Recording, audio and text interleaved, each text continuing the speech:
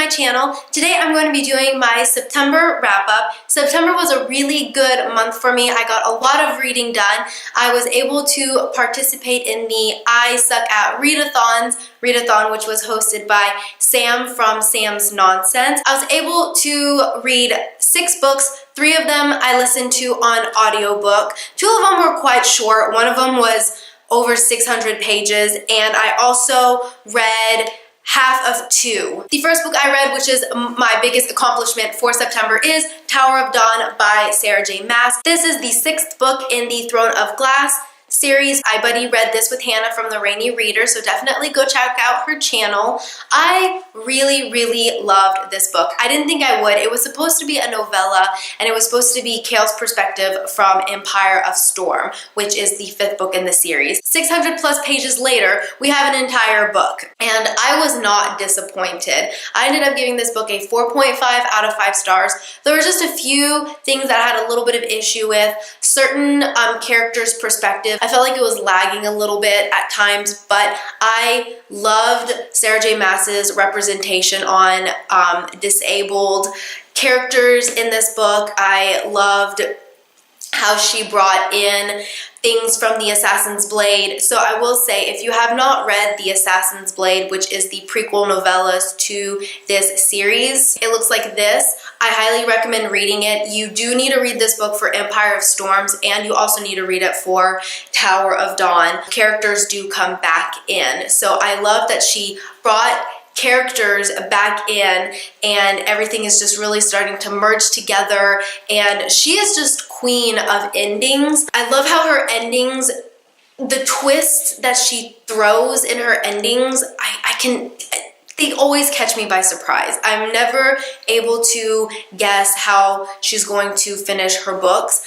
Her books are just so surprising. Now, if you are one of those that are really hesitant to pick this book up, I don't think you should be. If you enjoyed all of her other books, like if you enjoy Sarah J. Maas's writing, and if you enjoyed her books, like her Throne of Glass and her Court of Thorns and Roses trilogy, then you will like this book, or I'm pretty sure you will like this book. So don't be hesitant. Go ahead and pick it up. The next book that I read is Junie B Jones and the Stupid Smelly Bus by Barbara Parks. I read this for the challenge of the I Sat Rat Readathon, and it was to read the shortest book on your bookshelf, and this happens to be the shortest book on my bookshelf. So I read it. It's like 65 pages with pictures. Really quick read. So cute. This was my favorite book series growing up when I was in like 1st grade elementary school. We followed Junie B Jones. She is just this really rambunctious little girl who gets into a whole bunch of trouble, and we follow her through all of the chaos that she creates, and it's so fun. It's so cute. I highly recommend this for young children that are starting to pick up chapter books. I also read a graphic novel, Lumberjanes,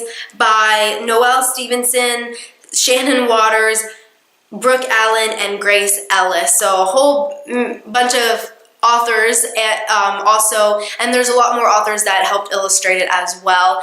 This was the first volume, and there are multiple in this series. I really enjoyed it. I thought it was really cute. It was supposed to be really similar to like Rat Queens, but I don't know if I'm going to be continuing on with the series. I read it because it was a challenge to read a graphic novel, and I thought it was really cute. But as I said, I don't think I'm going to be continuing on with that series. We just follow a group of friends, girlfriends, and they are at camp, and they're basically like a whole bunch of weird like magical stuff is going on, and they're trying to kind of figure out that it's cute, but more than likely I won't be continuing on. I think I ended up giving it like a 3.5, between a 3.5 and a 4 out of 5 stars. The next book I have is The Son of Neptune by Rick Riordan. This is the 2nd book in the Heroes of Olympus series, which is a spin-off series to Percy Jackson and the Olympians. I did listen to this on audiobook, and I really enjoyed it. The beginning was a little slow at first, same with The Lost Hero, but once we got towards the middle, towards like the last, I'd say last third of the book, I really enjoyed it. I loved how it ended. The pace picked up so much quicker at the end. Things started moving much faster. I didn't think I was going to continue on with the series just because I don't know, a lot of people were a little bit disappointed with the very last book, but I also hear that The Mark of Athena, which is the next book in the series, is one of the best books in the series. So I may go ahead and continue on. The next book I listened to was The Copper Gauntlet by Holly Black and Cassandra Clare. This is the second book in the Magisterium series.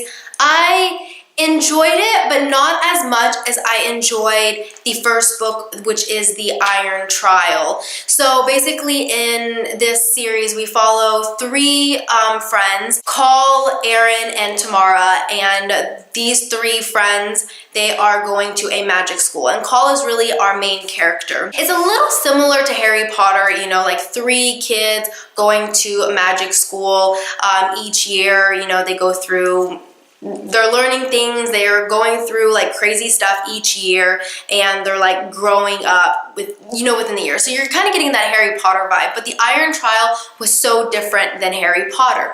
For some reason in this one, I had trouble, I was just making so many connections to Harry Potter that it was kind of preventing me from enjoying it as much as I thought I would. And I'm not saying that it's anything like Harry Potter, it's very different, but for some reason I kept making connections, which is hard because like Harry Potter is just such a massive series, and it's like one of the biggest like good versus evil type of books that a lot of us like refer back to. So of course you're gonna take some similarities from that series, but I was just noticing so many similarities. But I did enjoy it. I really like the audiobook. I think I like the narrator, and you can listen to it at like 1.75, and it's really good speed. So I was able to get through it pretty quickly. I think I ended up giving it like a 3.5 out of 5 stars. The next book I listened to is a series of unfortunate events. I listened to the first book, which is The Bad Beginning by Lemony Snicket. I thought it was so fun and cute. The audiobook is pretty engaging. There's a lot of like sound effects and music, so you can tell that it's an audiobook that's supposed to be for probably a younger audience. But I thought it was, I mean, I really enjoyed it. I had never read a series of unfortunate events. I did watch all of the, I watched the Netflix series, which I loved, and they did such a good job. So I want to continue on with the series. Basically, we follow these three orphan children, the Baudelaire children.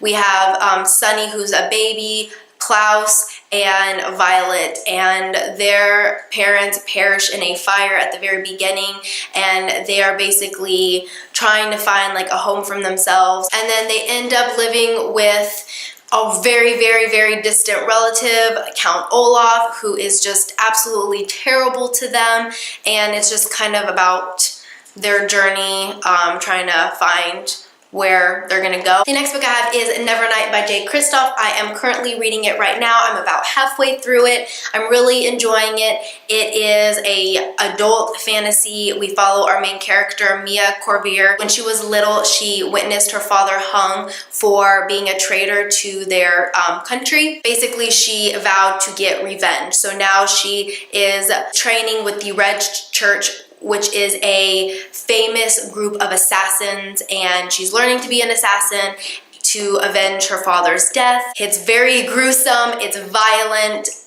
lots of cuss words, but it is so good. And lastly, I have The Gentleman's Guide to Vice and Virtue by Mackenzie Lee. I only have 150 pages left in this book. I'm really enjoying it. This is a young adult contemporary historical fiction, and I'm not usually a fan of young adult contemporary, but I've realized that I really like young adult contemporary, like historical fiction. I'm really enjoying this book. So basically we follow our main character, Monty, and he is going on his tour, which is basically their version of backpacking through Europe, and it is a tradition that all like males do at like 18 before they go out into the real world and work and become like successful and have families and stuff. So he is going on his tour with his best friend Percy, who he is in love with, so it's posing quite some issues for him. And also he ends up being accompanied by a chaperone and his sister Felicity, who's 15 years old. So he ends up not being too happy about the fact that he has a chaperone and that his sister is going with him,